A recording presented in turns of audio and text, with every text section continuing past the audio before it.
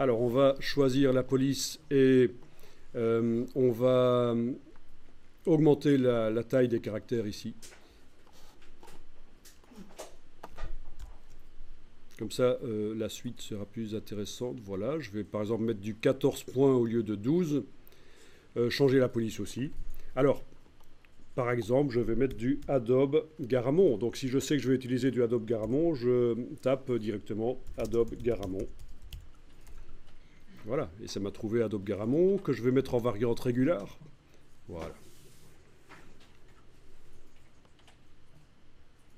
Voilà, Adobe Garamond 15 points par exemple.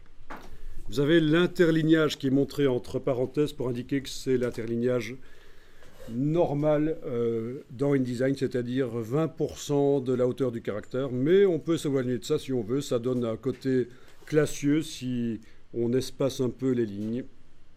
Donc c'est pas interdit. Voilà. C'est vous qui voyez. Par exemple, 20 points au lieu de 18 pour une police de 15 points. Donc là, je suis au-delà des 20% de la hauteur du caractère. Vous voyez, j'étais à 18, ce qui représente 20% de 15. On pourrait faire le calcul.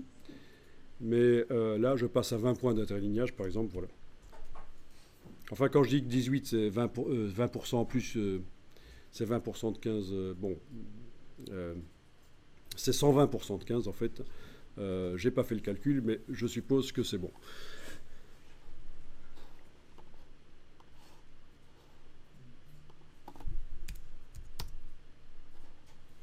Alors, quelque chose qui va donner un très bon résultat visuel, c'est de faire en sorte que les coupures de mots, les césures, ainsi que les virgules et les points sortent du bloc un peu. Alors, c'est vraiment un détail, mais ça apporte quelque chose. Je vous l'ai dit tout à l'heure, hein, la mise en page, c'est une somme de petits détails qui, mis ensemble, font une bonne mise en page. Alors, vous allez dans le menu « Fenêtre », texte et tableau, article. Donc c'est article au singulier. Fenêtre, texte et tableau, article. Et là, vous avez une option à cocher. Et vous allez voir que dès que vous la cochez, le bloc qui est sélectionné, eh bien, on voit que le texte coupé sort un peu du bloc. Les virgules aussi. Voilà. Et donc ça va donner l'impression que ça fait plus bloc. Quand on regarde ça en aperçu sans avoir le bloc coché, ça va donner l'impression qu'on a vraiment une ligne verticale sur le côté ici. Le fait d'avoir fait sortir la césure et les virgules et les points.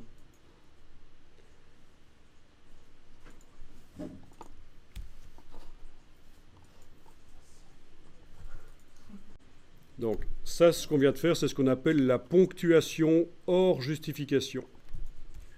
La ponctuation hors justification, et il y a des gens qui font attention à ça en fait. Hein.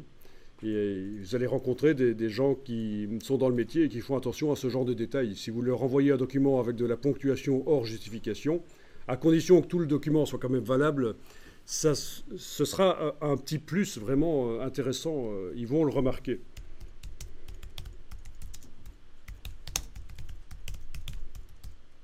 C'est quelque chose qui se faisait dans les années 70 avec les ordinateurs de l'époque qui coûtaient très cher pour faire la mise en page. Et on a perdu ça avec l'arrivée de la mise en page sur micro-ordinateur, typiquement sur Mac. Hein. Et puis InDesign a ramené ça. Donc InDesign au niveau typographique a ramené plein de choses qui avaient disparu dans les logiciels sur micro-ordinateur.